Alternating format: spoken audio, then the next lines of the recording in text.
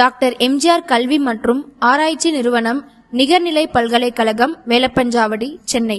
செவிலியர் கல்லூரி மகப்பேறு பராமரிப்பு டிஜிட்டல் விழிப்புணர்வு நிகழ்ச்சி. உயிருள் உருவான உன்னை பல பராமரிப்பு ஆலோசனையின் மூலம் பேறுகாலத்தின் போது உன்னை பேணு காத்து, பிரசவத்தின் போது உதிரம்தனை எடுத்து உலகம் நீ காண முதலில் உன்னை கையில் ஏந்தினேன்.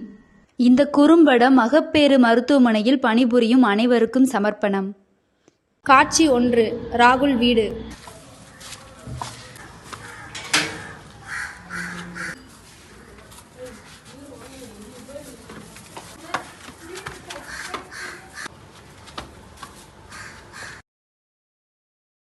ஹே, இன்னும் நீ காலேஜ் போலையா?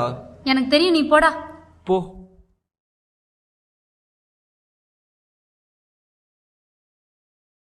அம்மா வாங்கிட்டு வந்துட்டோமா? அங்க வைடா.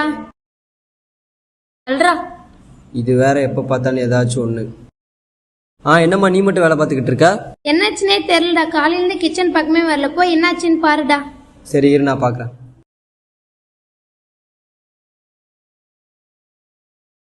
ஹேமா, ஹேமா, என்னாச்சு? எனக்கு ஆஃபீஸ்க்கு டைம் ஆச்சு, எழுந்துக்கலையா? அம்மா மட்டும் தனியாக சாப்பாடு செஞ்சுட்டு இருக்காங்க. போ.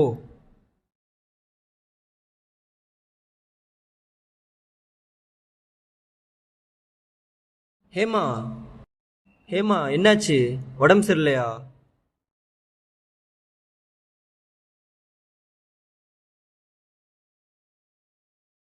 என்னாச்சு ஹேமா? உடம்பு சரியில்லையா?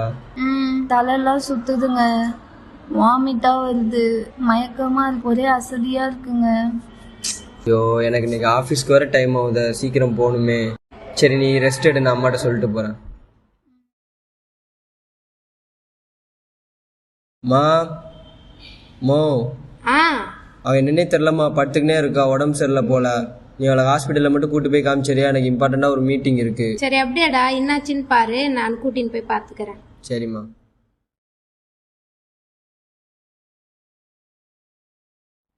சரிம்மா, நான் போயிட்டு வரேன். எனக்கு ஆஃபீஸ்க்கு டைம் ஆயிடுச்சுமா. சரிடா. சரிம்மா, போயிட்டு வரேன்.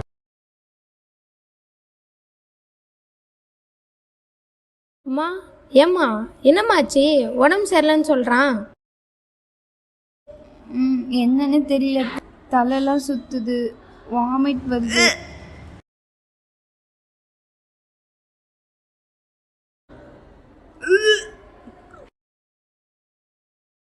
இப்போ நீ இருக்கிற நிலைமையை பார்த்தா உடனே ஹாஸ்பிட்டலுக்கு போகலாம் போல இருக்கு. ஹாஸ்பிட்டல் போகலாமா? இல்லத்த, சாயந்தரமா போய்க்கலாம். உன் நிலைமையை பார்த்தா இப்போவே ஹாஸ்பிட்டலுக்கு போகணும் போல இருக்கு. வா போகலாம்.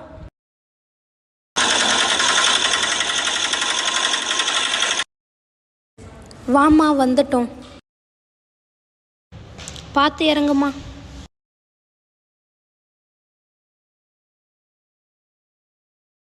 காட்சி 2. அரசு மருத்துவமனை. பேர் சொல்லுங்கம்மா. ஏம்மா ஐச்சரி லட்சுமி. வயசு? 25 வயசு. என்னாச்சுமா? என்னன்னே தெரில, தலை சுத்துதுன்றா, வாந்தி எடுத்துட்டு. சரிங்கம்மா. இந்தாம்மா பேசிட்டு. ஒரு 2 நிமிஷம் வெயிட் பண்ணுங்க, உள்ள டாக்டர் பார்த்துட்டு இருக்காங்க, முடிச்சுட்டு கூப்பிடுறேன். சரிங்கம்மா. மிஸ்ஸஸ் ஹேமா ஐஸ்வர்யலட்சுமி, டாக்டர் கூப்பிடுறாங்க. அம்மா, பெட்ல அப்படியே நேரா கால் நீட்டி படுத்துக்கோங்கம்மா. பிரதர், அந்த பிபி அப்பாரட்டஸ் எடுத்துட்டு வாங்க. நீங்க கை கொஞ்சம் நீட்டா வச்சுக்கோங்கம்மா. ப்ரோப் கொஞ்சம் கனெக்ட் பண்ணி விட்டுருங்க.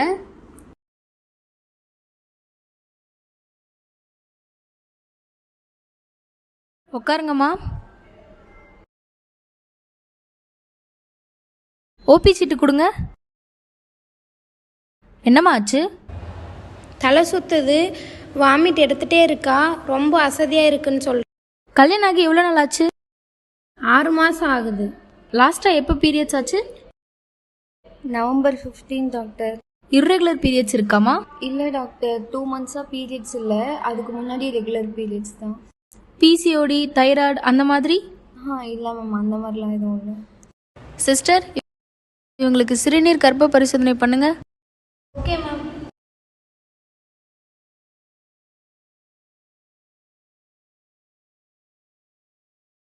சிஸ்டர் வாங்கம்மா. உட்காருங்க. ஓபி சீட்டு கொடுங்க. உங்க பேரு? ஹேமா ஐஸ்வர்யா லக்ஷ்மி சிஸ்டர். சாப்பிட்டீங்களா? நோட்டு வச்சிருக்கீங்களாம்மா? கொடுங்க.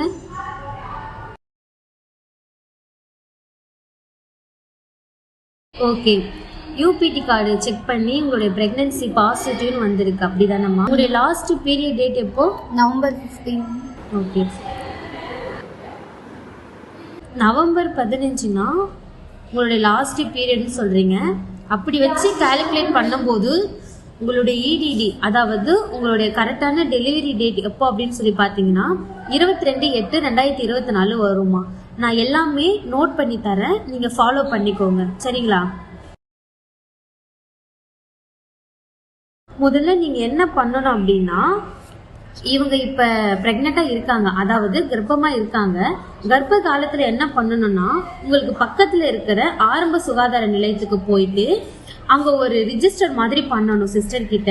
இவங்களுக்கு வந்து கரெக்டான ப்ரெக்னெண்ட்டாக இருக்காங்க, எங்கேருந்து வரீங்க, உங்கள் பேரெல்லாம் சொல்லி நீங்கள் ரிஜிஸ்டர் பண்ணதுக்கு அப்புறமா அங்கே வந்து பிக்மின்னு ஒரு நம்பர் தருவாங்க. பிக்மி நம்பரா? அந்த நம்பர் வந்து என்னன்னா ஒரு அடையாள அட்டை அப்படின்னு சொல்லக்கூடிய ஒரு எண்ணு தாமா. இந்த நம்பர் வந்து உங்களுக்கு ரொம்ப முக்கியம். ஏன் அப்படின்னு சொல்லி பாத்தீங்கன்னா, குழந்தை பிறந்ததுக்கு அப்புறமா அந்த நம்பர் இருந்தா மட்டும்தான் உங்களுக்கு வந்து குழந்தை பிறப்பிட சான்றிதழ் வந்து வாங்க முடியும். அதனாலதான் வந்து பிக்மி நம்பர் வாங்க சொல்றோம். இது வேற எங்கேயாச்சும் வாங்கலாமாம்மா? வாங்கலாமா. வீட்டுக்கு அருகாமையில் உள்ள அரசு இ சேவை மையத்தை அணுகி கர்ப்ப விவரங்களை பதிவு செய்யலாம். அது மட்டும் இல்லாமல் 102 என்ற கட்டணமில்லா தொலைபேசி எண்ணை தொடர்ந்து கொண்டு கர்ப்ப விவரங்களையும் பதிவு செய்யலாம். அதுவும் உங்களால் பண்ண முடியல அப்படின்னா சமூக வலைதளங்கள் மூலமாகவும் உங்களுடைய விவரங்களை பதிவு செய்து நீங்கள் பிக்மி நம்பரை வாங்கலாமா. கர்ப்பகால பராமரிப்பை பற்றி நான் உங்களுக்கு கொஞ்சம் சொல்கிறேம்மா. குறைஞ்சது நீங்கள் 8 முறையாவது விசிட் வந்திருக்கணும். அது மட்டும் இல்லாமல் சத்தான உணவு, நிறைய தண்ணீர், பழங்கள், காய்கறிகள், முட்டை, பால் ஆகியவை உட்கொள்ள வேண்டும். கர்ப்பகால உடற்பயிற்சிகள் மற்றும் மார்பக பராமரிப்பு முறைகளை பின்பற்ற வேண்டும். கர்ப்பகால இரத்தம் மற்றும் சிறுநீர் பரிசோதனைகளை செய்து கொள்ள வேண்டும். மற்றும் தவறாமல் 2 முறை தடுப்பூசி போட்டுக்கொள்ள வேண்டும். தினமும் இரும்பு சத்து மற்றும் ஃபோலிக் அமிலம் நிறைந்த மாத்திரைகளை உட்கொள்ள வேண்டும். கர்ப்பகால அபாய அறிகுறிகள் அறிந்திருக்க வேண்டும். கர்ப்பகால அபாய அறிகுறிகள் என்ன அப்படின்னு சொல்லி பார்த்தீங்கன்னா, கடுமையான தலைவலி, கண் பார்வை மங்குதல், அதிகமான குமட்டல், வாந்தி, வலிப்பு, அதிகமான காய்ச்சல் மற்றும் பெண்ணுறுப்பில் துர்நாற்ற கசிவு, சிசுவின் அசைவு குறைவாகவோ அல்லது இயக்கம் இல்லாமல் இருத்தல், சிறுநீர் கழிக்கும்போது தொடர்ந்து எரிச்சல் அல்லது அடிவயிற்றில் கடுமையான வலி, 9 மாதத்திற்கு முன்பே பிரசவ வலி அல்லது பெண்ணுறுப்பில் இரத்த கசிவு மற்றும் பனிக்குடன் நீர்க்கசிவு, கால்களில் அதிகமான வீக்கம் மற்றும் உடல் வீக்கம், எளிதாக சோர்வடைதல், மூச்சு திணறல், இவையெல்லாம் உங்களுக்கு இருந்துச்சுன்னா நீங்கள் உடனே அரசு ஆரம்ப மருத்துவமனையை அணுகி உங்களுக்கான சிகிச்சையை பெற்றிருக்கணுமா. டாக்டர் முத்துலட்சுமி ரெட்டி மகப்பேறு நிதி உதவி திட்டம். இத்திட்டம் 5 தவணையாக பிரிக்கப்பட்டுள்ளன. முதல் தவணை கர்ப்பமுட்டு 12 வாரத்திற்குள் கிராம சுகாதார செவிலியரிடம் பதிவு செய்து பிக்மி என்ற எண்ணை பெற்றிருக்க வேண்டும். பெற்ற பின் ரூபாய் 2000 வழங்கப்படும். 3ஆம் மாதம் நிறைவில் முதல் தவணை ஊட்டச்சத்து பரிசு பெட்டகம் ரூபாய் 2000 வழங்கப்படும். 2ஆம் தவணை 4ஆம் மாதம் முடிவதற்குள் கர்ப்ப காலம் மற்றும் இரத்த பரிசோதனை அரசு மருத்துவமனையில் பெற்றிருந்தால் ரூபாய் 2000மும், ரூபாய் 2000 மதிப்பிலான 2ஆம் தவணை ஊட்டச்சத்து பரிசு பெட்டகமும் வழங்கப்படும். 3ஆம் தவணை அரசு மருத்துவமனைகளில் பிரசவம் நிகழ்ந்த பின்னர் தற்காலிக கருத்தடை சாதனம் பொருத்தப்பட்ட பின் ரூபாய் 4000மும், 4ஆம் தவணை குழந்தை 3ஆம் தவணை ஓபிவி, ரோட்டா, பென்டா போன்ற தடுப்பூசிகள் போட்ட பிறகு ரூபாய் 4000மும் வழங்கப்படும். 5ஆம் தவணை குழந்தைக்கு 9லிருந்து 12 மாதத்திற்குள் எம்ஆர் தடுப்பூசி போட்ட பிறகு ரூபாய் 2000 வழங்கப்படும். 2வது குழந்தை பெற்ற தாய் குடும்ப கட்டுப்பாடு செய்திருந்தால் அல்லது அவர்களது கணவர் குடும்ப கட்டுப்பாடு செய்திருந்தால் மட்டுமே இந்த தவணை வழங்கப்படும். மொத்தம் ரூபாய் 18000. காட்சி 3 அரசு மருத்துவமனை புற நோயாளிகள் பிரிவு.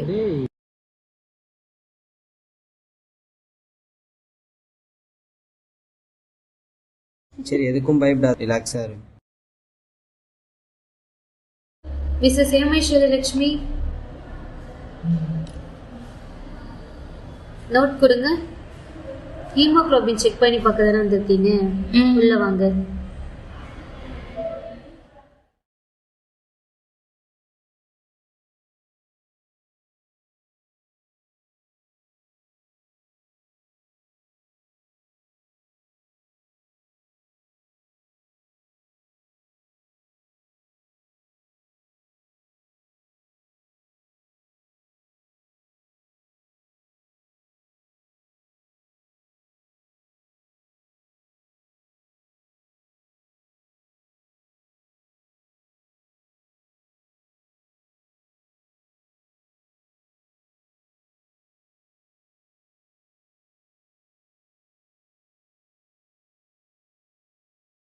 மிஸ்ஸஸ் ஹேமேஸ்வரியலட்சுமி.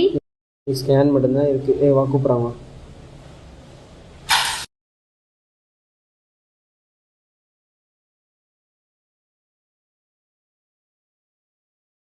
சிஸ்டர், நீங்க தான் ஹேமேஸ்வரியலட்சுமிங்களா?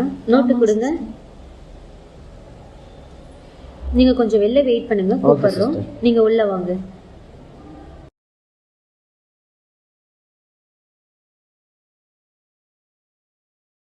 மேம், மிஸ்ஸஸ் ஹேமேஸ்வரியலட்சுமி மேம், இவங்க வந்து கன்ஃபர்மேஷன் ஸ்கேனுக்காக வந்திருக்காங்க. ஓகேம்மா, படுத்துக்கோங்க. படுத்துக்கோங்கம்மா. கால் நல்லா ஸ்ட்ரைட்டாக நீட்டி அப்படிதான் படுத்துக்கோங்கம்மா. ரிலாக்ஸாக இருங்க.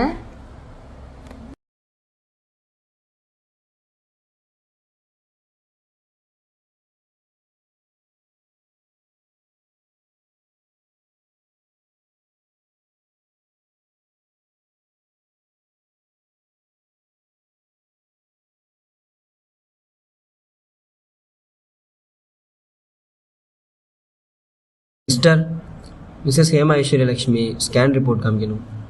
நோட்டு கொடுங்க.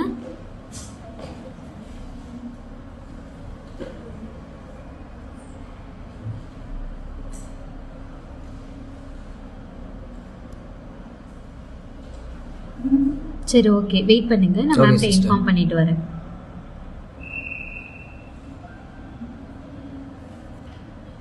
Excuse me ma'am.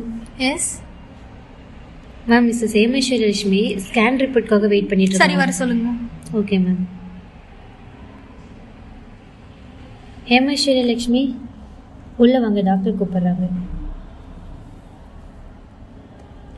Excuse me ma'am. S, உட்காருங்க.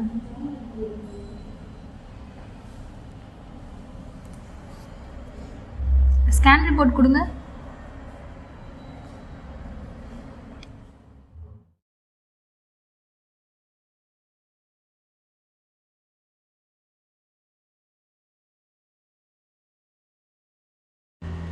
ரிப்போர்ட்லாம் பார்த்துட்டேன். பாப்பாவோட துடிப்பு நார்மலாக இருக்குது. பாப்பா கரெக்டான இடத்துல இருக்குது. ஓகே மேம், இதுக்கப்புறம் அவளை எப்போல்லாம் கூட்டு வரணும்? 4வது மாதத்துலேருந்து நிறை மாதம் வரைக்கும் ஹீமோகுளோபின் வந்து செக் பண்ணணும், ரத்த சோகை இருக்கா இல்லையான்னு. சர்க்கரை நோய் பரிசோதனை 4வது மாதம், 6வது மாதம், 8வது மாதம் எடுக்கணும். ஸ்கேன் பரிசோதனை 5வது மாதம் குழந்தை குறைபாடு இருக்கா இல்லையான்னு பார்க்கணும். 9வது மாதம் குழந்தை வளர்ச்சி இருக்கா இல்லையான்னு பார்க்கணும். இதுக்கு இடைப்பட்ட காலத்தில் ஏதாவது பிரச்சனை இருந்தால் மருத்துவரின் ஆலோசனை பேரில் நீங்கள் வந்து பின்பற்ற வேண்டும். நான் ஹெல்த்தியாக இருக்கேனா டாக்டர்? உங்களுக்கு ரத்த அளவு 10 தான் இருக்குது. அதை அதிகப்படுத்தணும். 12லேருந்து 15 வரைக்கும் கொண்டு வரணும். இது குறைஞ்சிச்சுன்னா சிக்கலான கர்ப்பம். இதை தவிர்த்து என்னென்னலாம் சிக்கல் இருக்குன்னு நான் சொல்கிறேன். 42 கிலோவுக்கு குறைவான எடையுள்ள கர்ப்பிணி, 145 சென்டிமீட்டர் குறைவான கர்ப்பிணி, 19 வயதிற்கும் குறைவான கர்ப்பிணி, 35 வயதிற்கும் மேற்பட்ட முதல் கர்ப்பிணி, முந்தைய பிரசவத்தில் சிக்கல்கள் உள்ள கர்ப்பிணி, நீடித்த பிரசவம், உள்தங்கிய நஞ்சு. திருமதி ஹேமா ஐஸ்வர்யலட்சுமி கர்ப்பகால ஆரம்பத்தில் இருந்து இதுவரை அனைத்து பரிசோதனைகளையும் மருத்துவரின் ஆலோசனைப்படி பின்பற்றி வந்தனர். தற்பொழுது அவருக்கு பிரசவ வலி ஏற்பட்டுள்ளது.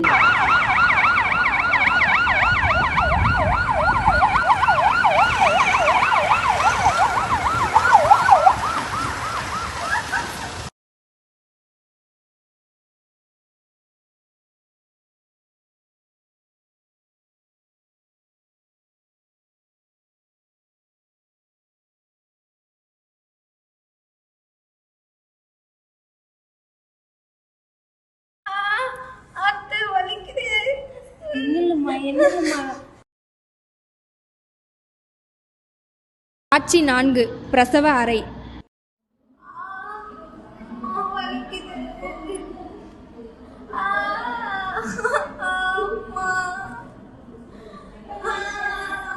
சரிம்மா சரிம்மா, ஒன்றும் இல்லை அமைதியாக இருங்க. அவ்வளோதான்மா, கொஞ்சம் அமைதியாக இருங்கம்மா. முடிஞ்சிச்சு அவ்வளோதான், ஒன்றும் இல்லை. சிஸ்டர், டாக்டர், என்னாச்சு? நகருங்க. அவ்வளோதான்மா. நல்லா வாயில மூச்சு இழுத்து விடுங்க. அவ்வளோதான். வாயில நல்லா மூச்சு இழுத்து விடுங்கம்மா. ஒன்றும் இல்லை. சரிம்மா. ஒன்றும் இல்லை. சிஸ்டர், அந்த ஐவி கொஞ்சம் கனெக்ட் பண்ணி விடுங்களேன். காலை கொஞ்சம் நல்லா மேலே தூக்குங்க. ஒன்றும் இல்லைம்மா ஒன்றும் இல்லை அட்டெண்டர் கூப்பிட்டு ஏமா ஈஸ்வரலட்சுமி அட்டெண்டர் இருக்கீங்களாம்மா? சொல்லுங்கம்மா வயிறு நல்லா இறங்கிடுச்சு, உடனடியா வந்து லேபருக்கு ஷிஃப்ட் பண்ண சரிங்களா? சரிங்கம்மா சரி ஒன்றும் இல்லைம்மா சரி ஒன்றும் இல்லை அமைதியா இருங்க. அம்மா நீங்க என்ன பண்ணுங்க, இந்த ஆர்னமெண்ட்ஸ் எல்லாமே கழட்டிடுங்க. உங்க காது மூக்குல காலில் போட்டுக்கிறது எல்லாமே கழட்டிடுங்க சரிங்களா? அதே மாதிரி புடவையை கழட்டிட்டு நைட்டி எடுத்துட்டு வர சொல்லுங்க. சரிங்க சொல்றமா கட்டப்பையோட நம்ம எடுத்துட்டு வருவேன். ஏதாவது ஒரு நைட் எடுத்துட்டு வாமா மாதிரி கூப்பிடுங்கம்மா. நைட்டு வச்சு சரி அவ்வளவுதான் ஒன்றும் இல்லை நீங்க ஒரு கிளச்ச மாதிரி படுங்க அவ்வளவுதான்.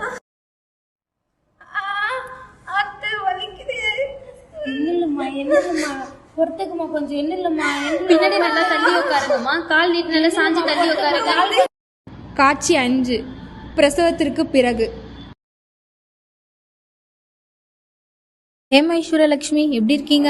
உங்களுக்கு வந்து இப்போ தற்காலிகமாக வந்து கருத்தடை காப்பர்ட்டி வச்சுருக்காங்க சரிங்களா? இதை வந்து உங்களோட விருப்பத்தோடவும் உங்கள் குடும்பத்தினர் இருக்காங்க இல்லையா, அவங்களோட விருப்பத்தோட தான் இந்த காப்பர்ட்டி வச்சுருக்காங்க. இது எதுக்காக அப்படின்னு பார்த்தீங்கன்னா, முதல் குழந்தைக்கும் 2வது குழந்தைக்கும் ஒரு இடைவெளி இருக்கணும் அப்படிங்கிறதுக்காக தான் சரிங்களா? மேக்ஸிமம் வந்து 2 வருடங்கள் வந்து அந்த இடைவெளி இருக்கணும். அதுக்கு இடையில் உங்களுக்கு ஏதாச்சும் ஒரு தொந்தரவு இருக்குது, ஏதாச்சும் வலி இருக்குது, இல்லை ஏதாச்சும் ப்ளீடிங் இருக்குது அப்படின்னா நீங்கள் உடனடியாக வந்து மருத்துவமனையை வந்து நீங்கள் அணுகணும் சரிங்களா? சிஸ்டர் சொல்லுங்கம்மா. பாப்பா கொஞ்சம் சரியா பால் குடிக்கவே மாட்டேங்குது, கொஞ்சம் என்னன்னு பாருங்க சிஸ்டர். பயப்படாதீங்க, அதான் நான் பாத்துக்கிறேன். அதுக்கு முன்னாடி தாய்ப்பால் பத்தி நான் கொஞ்சம் சொல்றேன். தாய்ப்பால் குழந்தை பிறந்த 1 மணி நேரத்துக்குள்ளார கொடுக்கணும். முதல்ல வர பாலை நம்ம சீம்பால்னு சொல்லுவோம். இது குழந்தைக்கு அதிக ஊட்டச்சத்து கொடுக்கும். அது மட்டும் இல்லாம எளிதில் ஜீரணமும் ஆகும். இந்த சீம்பால்ல கண்ணுக்கு தேவையான விட்டமின் ஏ சத்து அதிகமா இருக்கு. அதனால நீங்க 6 மாசம் தாய்ப்பால் மட்டுமே கொடுக்கணும். தாய்ப்பால் கொடுக்கறதுனால குழந்தைக்கு நோய் எதிர்ப்பு சக்தி அதிகரிக்கும், மற்ற நோயை தடுக்கும். பாப்பாக்கு பால் கொடுக்கறதுக்கு ஒரு பொசிஷன் இருக்கு சரிங்களா? பாப்பாவோட தலை நம்மளோட இந்த கையில வச்சிருக்கணும். அதே மாதிரி உங்களோட இன்னொரு கையை பாப்பாவோட கீழே பிடிச்சிருக்கணும். பாப்பாவோட வயிறும் உங்க வயிறும் ஒட்டுனாப்புல இருக்கணும் சரிங்களா? பாப்பாவோட வாய் முழுசா உங்களோட மார்பிள்ல போயிருக்கும். இப்படிதான் பாப்பாக்கு பால் கொடுக்கணும். படுத்துட்டு பாப்பாக்கு பால் கொடுக்கக்கூடாது. சொல்லுங்கம்மா. பாப்பா ரொம்ப சில்லுன்னு இருக்கா, கொஞ்சம் என்னன்னு பாருங்க சிஸ்டர். இருங்க பாக்குறேன். பாப்பாவை இப்படிலாம் வைக்கக்கூடாது. பிறந்த உடனே குழந்தைய வந்து நல்லா துணியால போத்தி வைக்கணும். வெது வெதுப்பான தலையணையும் காலையும் நல்லா போத்தி வைக்கணும். நெக்ஸ்ட் என்ன பண்ணணும்னா, குழந்தைய பிறந்த உடனே 24 மணி நேரத்துல ஒரு டைம் ஆச்சும் பாத்ரூம் போயிருக்காங்களா, 48 மணி நேரத்துல ஒரு கேஜி சிறுநீர் கழிச்சிருக்காங்களா அப்படின்னு நம்ம பார்க்கணும். ஒவ்வொரு டைமும் ஆகாரத்துக்கு அப்புறம் குழந்தை ஏப்ப விடுறாங்களா அப்படின்றத நம்ம உறுதி செஞ்சுக்கணும்.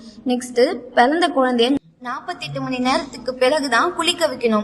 கட் பண்ண தொப்புள் கொடி எப்பயுமே சுத்தமாகவும் உலர்ந்த நிலையிலயும் இருக்கணும். தொப்புள் கொடி மேல எதையுமே தடவக்கூடாது. குழந்தைங்களுக்கு இந்த மாதிரி அறிகுறி இருந்தா உடனே எங்களை வந்து அணுகணும். சுவாச சிக்கல், காய்ச்சல், குறைஞ்ச உடல் வெப்பநிலை, தாய்ப்பால் குடிக்க மறுத்தல், மந்தமான சுறுசுறுப்பில்லாத குழந்தை, மஞ்சள் காமாலை, மலம் சிறுநீர் கழிக்க இயலாமை, வயிற்றுப்போக்கு, தொப்புள் கொடி சிவந்திருத்தல், சீழ்வடிதல், உடலில் 10க்கு மேற்பட்ட கொப்பளங்கள் ஒரு பெரிய கொப்பளமோ காணப்படுதல், வலிப்பு, குழந்தை கண்களில் சிவந்து வீக்கமாக இருத்தல், இந்த மாதிரியான எந்த பிரச்சனை இருந்தாலும் உடனே வந்து ஹாஸ்பிட்டல்ல நீங்க பார்க்கணும். அதே மாதிரி அம்மாவையும் நம்ம எப்படிலாம் பார்த்துக்கணுன்றதை நான் சொல்றேன். அம்மாவை வந்து எல்லா சத்து நிறைஞ்ச உணவு சாப்பிடணும், நிறைய தண்ணி குடிக்கணும், நல்லா ரெஸ்ட் எடுக்கணும், அதிகமான எடை உள்ள பொருளை தூக்கவும் கூடாது, நல்ல ஹைஜீன் மெயின்டைன் பண்ணணும், எக்ஸசைஸ்லாம் நிறைய பண்ணணும்.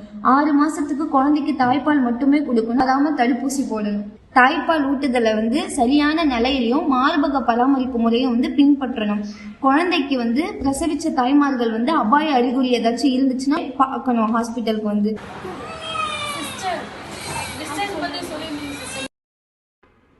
உங்களுக்கு டிஸ்சார்ஜ் தாம்மா.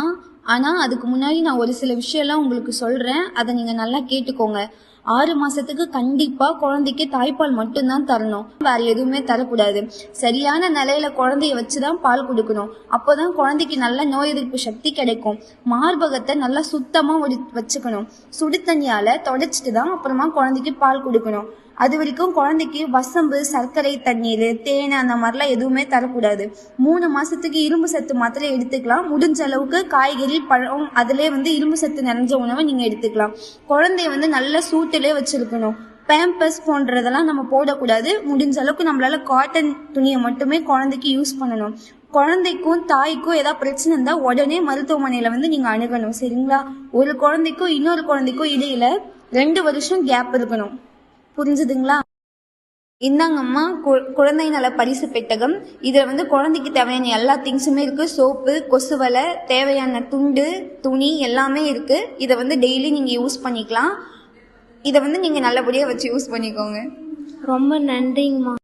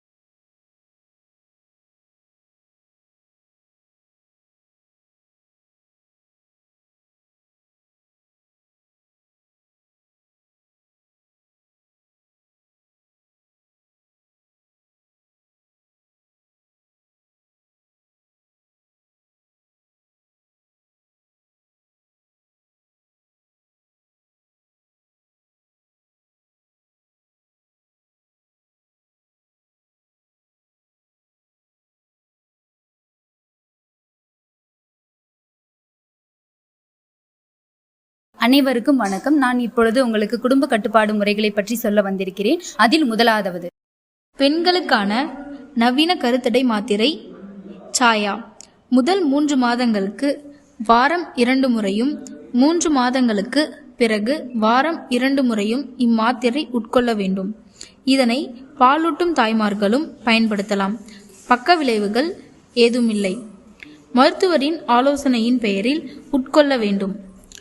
குழந்தை பிறப்பை தவிர்க்க சிறந்த எளிய தற்காலிக வாராந்திர கருத்தடை மாத்திரை. பெண்களுக்கான குடும்ப நல தற்காலிக கருத்தடை ஊசி அந்தாரா.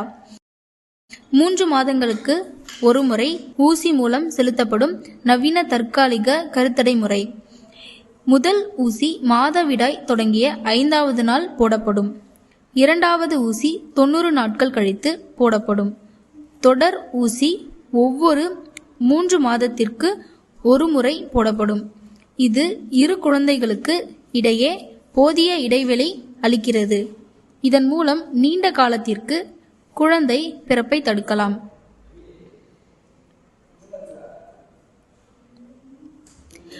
நிரோத் ஆணுரை. கருத்தரித்தல், பால்வினை நோய், எய்ட்ஸ் இவைகள் ஏற்படாமல் தடுக்கும். ஆபத்தில்லாதது, விலை மலிவானது, பக்க விளைவு இல்லாதது. சுகாதார பணியாளர்கள், ஆரம்ப சுகாதார நிலையங்கள் மற்றும் அரசு மருத்துவமனைகளிலும் இலவசமாக கிடைக்கும்.